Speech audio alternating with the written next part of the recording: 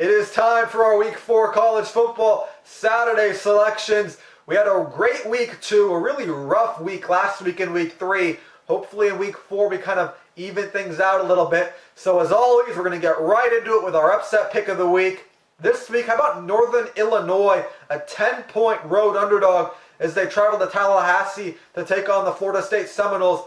And at this point in the season, I really have no confidence Florida State will be able to figure out their offensive line issues. I think it's a matter that they just don't have the right personnel. And in this game, that might be a problem because Northern Illinois has a star pass rusher and defensive end Sutton Smith. I'm not 100% sure Northern Illinois can win this game outright because they too have offensive issues. But I do think Northern Illinois at least covers this game. So Northern Illinois against the spread against the Seminoles in our upset pick of the week. Moving ahead to our main picks of the weekend, we'll kick things off at noon Eastern as the Georgia Bulldogs travel to Missouri to take on the Tigers. The Bulldogs, a 14-point road favorite. This game will be on ESPN. Quarterback Drew Lock from Missouri has looked better so far this season, but I'm just not sure he's really arrived to the point where he's playing great against elite competition. Remember last year, his struggles came against elite defenses. Well, Georgia, they have an elite defense and they have an elite defensive head coach in Kirby Smart. Maybe Drew Lock has become a better pro prospect than we're giving him credit for at this moment, but I'm not going to pick them to win based on that yet because I haven't seen it against the elite competition. So in this game, I'm going to go Georgia. The Bulldogs and their defense do enough. Georgia 34-17 over Missouri. Another noon Eastern kickoff.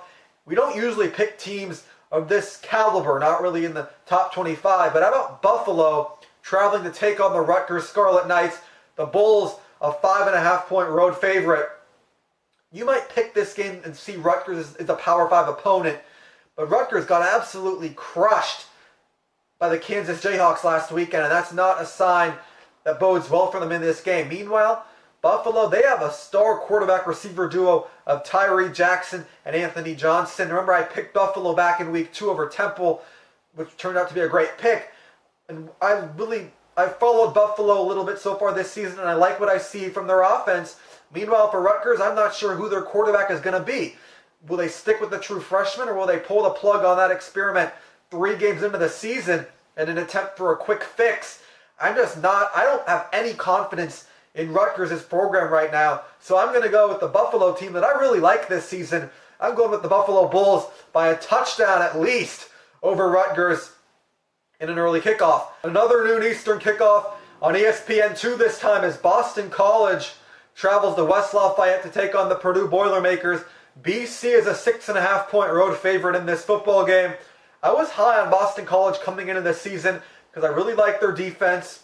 It was solid a year ago. I think they're going to be good again this year, and they've looked the part so far. A.J. Dillon, a stud at running back, running behind a veteran offensive line. Meanwhile, for Purdue, I was a little lower on them because their turnaround last season came as a result of improvements on the defensive side of the football, but they lost a lot of key contributors on that side of the ball, and as a result, their defense has struggled so far this season. Last week against Missouri, Purdue kind of kept it close because quarterback David Blau had a really just a monster performance. I don't think he's the type of quarterback, though, who has that type of performance 2 weeks in a row. I think Boston College comes out, plays a great game. I like BC by 10 on the road. Another noon Eastern kickoff, this one on ABC from Winston-Salem as the Notre Dame Fighting Irish are a 7-point road favorite against the Wake Forest Demon Deacons. For the Irish, Brandon Wimbush, the plug has been pulled. It'll be quarterback Ian Book getting the start for the Irish in this football game. I wasn't high on Brandon Wimbush after that Michigan game. I thought he had a great half in that first half. I didn't think he really fixed his accuracy issues because he struggled with that in the second half of that football game. And every quarterback can have a great half here and there. And so far, again, in weeks 2 and 3, he reverted back to the mean. I think Ian Book can kind of improve Notre Dame's passing attack a little bit. But I like this Wake Forest team. True freshman quarterback Sam Hartman has made a lot of big plays so far this season. And Wake Forest has had a long week to prepare for this game because their game last week against BC was on Thursday. So with the extended preparation time, I think Wake Forest comes up, plays a good game, This is going to be a pretty even matchup. I'm going to side with the Irish because they have a great defense, though. Notre Dame by a field goal on the road, but this is going to be a matchup between two teams that are going to be pretty close throughout the game. Another noon Eastern kickoff on Fox Sports 1 this time as the Nebraska Cornhuskers travel to Ann Arbor to take on the Michigan Wolverines. Michigan, an 18.5-point home favorite. I was really impressed with Nebraska quarterback Adrian Martinez in Nebraska's game against Colorado to start the season, but who knows if he's going to play. And if he can't, Andrew Bunch is going to have to get the start for Nebraska against a very good Michigan defense. They're talented on the line, talented in the secondary. So that's a big cause for concern for me. I'm not sure how he's going to fare going up against a terrific defense. As a result, I like Michigan to win this football game. Wolverines big, 38-13, Michigan. And also in this game, a little side story I'm going to be keeping my eye on. Quarterback Shea Patterson has looked better for Michigan in weeks 2 and 3. Is that because he's not playing an elite Notre Dame defense? Or is that because he's looking more and more comfortable in the Michigan offense? I think it might be the latter, so I'm going to keep an eye on, is Shea Patterson continuing to look comfortable and continuing to make more and more plays? If he is, Michigan's a team to really keep an eye on as the season progresses. Continuing on, this is a 4:30 Eastern kickoff from Austin, Texas on Fox Sports 1 as TCU is a 3-point road favorite against the Longhorns. And I know a lot of people are picking Texas in this football game, but my concern for them is this. I know they looked great against USC last week, but how good is USC? I mean, their first 3 games, they lacked any type of energy. I know plenty of time for USC to turn their season around, and this isn't the place to discuss that, but can we really take away from that game that Texas is back? I'm not 100% sure of that yet. Plus, I know TCU lost against Ohio State, and Ohio State won by a comfortable margin of 12 at the end. But TCU, they were winning that football game until they had a pick 6 and a blocked punt deep in their own territory late in that third quarter of that game. They were winning midway through the third quarter against Ohio State. I think Gary Patterson and TCU, with the importance they place on the Texas game every season, I think they come out with the motivation to bounce back from last week, really motivated to play Texas. Again, a lot of recruiting battles and really the ability to go pump your program out to recruits at stake. Gary Patterson, I think, he makes the adjustments. He focuses in on Texas's weaknesses. And I like TCU on the road. I think this is going to be a close game, but I like the Horned Frogs by 6 over the Longhorns. Another big game in the afternoon. How about Texas A&M, a whopping 26-point road underdog as a ranked team against the Alabama Crimson Tide, 3:30 Eastern kick on CBS. This is an interesting matchup for me because right now Alabama is just steamrolling the competition. I mean, how do you pick against them? Really, you're picking against them because you want to see a good college football game and you want to see a good college football season, because the way Bama looks right now, if they come out and just wallop A&M, who gave Clemson a good game, it's going to leave a lot of people thinking, who in the world can beat this Alabama team? But I'm going to give you a couple reasons to be optimistic about this season and this game. I think A&M loses this football game. I'll come out right out and say that. I know Kellen Mond is the type of quarterback who can beat Alabama teams. But guess what? Past Alabama teams have not had Tua Tagovailoa and an explosive offense. But that aside, A&M and Kellen Mond were able to get outside of the pocket and make throws on the move against a Clemson defense that, while I'm not sure if it's Alabama's yet, at least talent-wise, is absolutely on the same level. Because Clemson has 4 first-round picks on the defensive line, and I'm not sure even Alabama, with a 3-man front, I'm not sure Alabama has 3 first-round picks on their defensive line. So Clemson, at least in terms of talent, is on that Alabama level. So if Kellen Mond and Jimbo Fisher can kind of scheme their way like they did in that game to get throws on the move, if they can make those throws, I think they can at least stay within 26. I don't think A&M wins this football game. Alabama looks too good offensively so far this season. But I am going to go with A&M to at least stay within 26. Bama by 3 touchdowns at home. Another SEC matchup at 7 Eastern on ESPN2. Mississippi State, only a 9.5-point favorite against the Kentucky Wildcats. Kind of an interesting game for me. Mississippi State's the type of team who's going to dominate the line of scrimmage on both sides of the ball. I really love Kylan Hill at running back for the Bulldogs. And with Mississippi State's elite defensive front, I think they're going to limit Kentucky's rushing attack. Kentucky so far this season, they've loved to run the football. Their passing attack still has some question marks. If Mississippi State can come on the road and kind of force Kentucky to throw, that'll bode well for Mississippi State. I have confidence Mississippi State can do just that. So I'm going to pick the Bulldogs by 2 touchdowns over the Kentucky Wildcats. Another 7 Eastern kickoff in the SEC. This one, a rivalry game, as the Florida Gators travel to Knoxville to take on the Tennessee Volunteers. The Gators, a 4.5-point road favorite. This is an interesting game. In prime time, though, a night game in Knoxville for the Vols. I'm just not sold that Florida has figured it out yet offensively. For Tennessee, I've been cautiously impressed with quarterback Jarrett Guarantano. I know they haven't faced an elite defense yet, or even a good defense, because I'm not sure what West Virginia is yet. But I've been impressed a little bit with what he's done. I think Tennessee has 2 running backs who've shown a little bit so far this season. I just think Tennessee in this football game at night, this is just a gut pick for me between 2 pretty evenly matched teams. I like Tennessee at home at night. I think their offense does just a little bit more than Florida's does. So I'm going to go Tennessee at home by a field goal over the Florida Gators and an upset out in the SEC. Another SEC primetime game, a lot of them this week.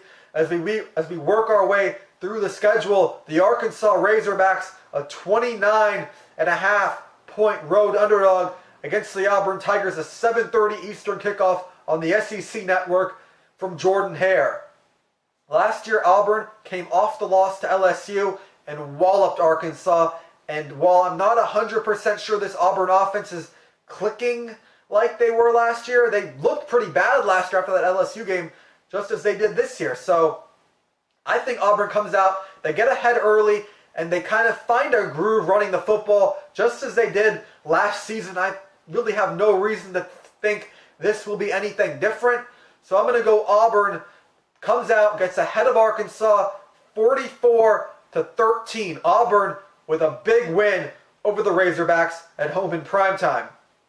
Another intriguing matchup on this slate of games. Michigan State is a 6-point road favorite as they travel to Bloomington, Indiana to take on the Indiana Hoosiers. Michigan State is more of the story in this football game. Why? They were a preseason team. Many people saw them as a dark horse, a sleeper that wasn't being discussed enough with all their returning starters in the Big Ten East.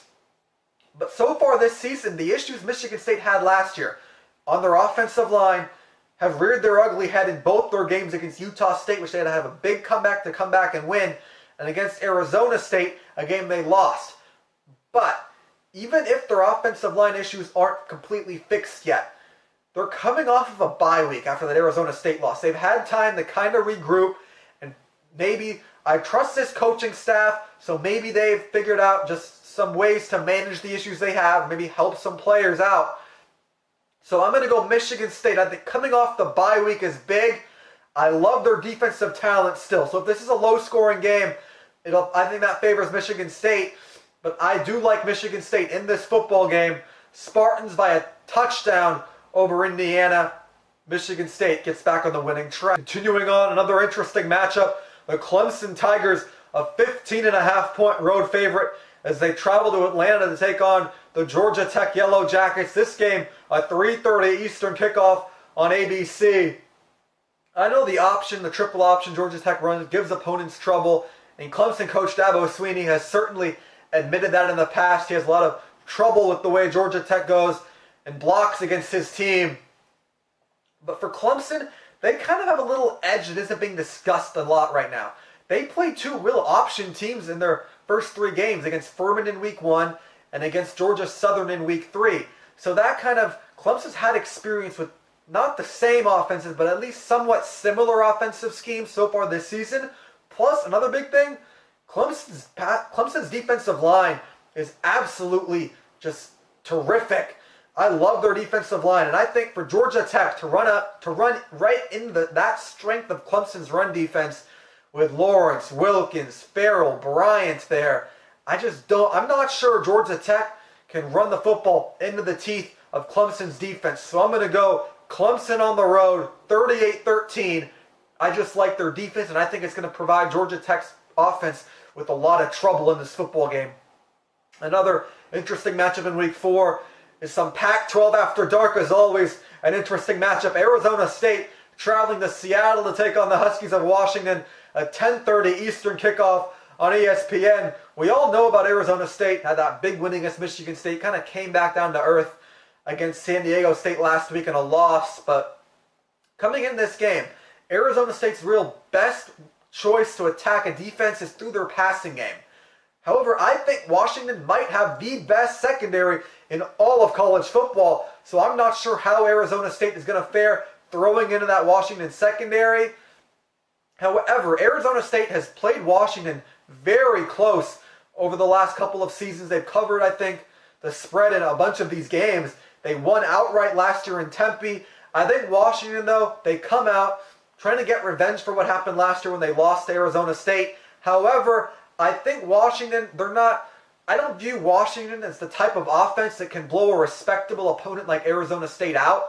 So I'm going to go Washington in this football game, but I only like the Huskies by 2 touchdowns. Washington wins this football game 28-14. Continuing ahead, another big Pac-12 matchup.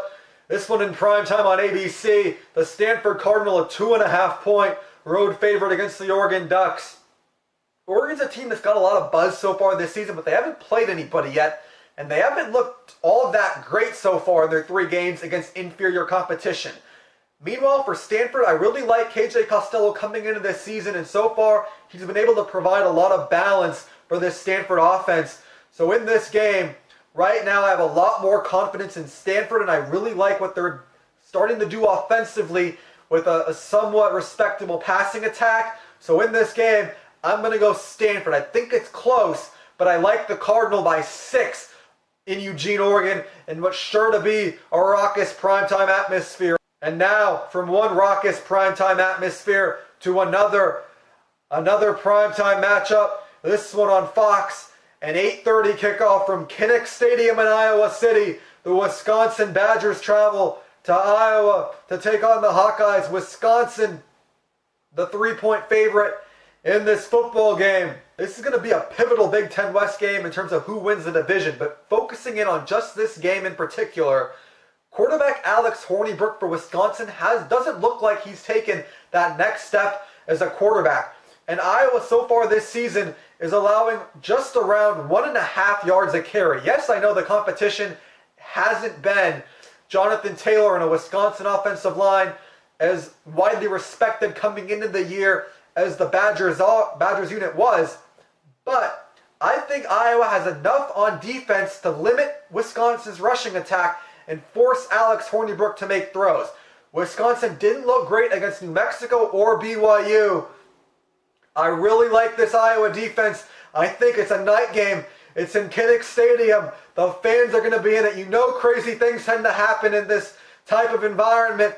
So I'm going to go with the questions Wisconsin has so far coming into this game. They haven't looked great. I think Iowa and their defense, they force this game to be a low-scoring game in the high teens, low 20s. That plays right into Iowa's hands. So in this game, I'm going to go Iowa in a big upset over the Wisconsin Badgers. I like the Hawkeyes by a late field goal over the Wisconsin Badgers. I'm rolling with Iowa in our Game of the Week pick for Week 4.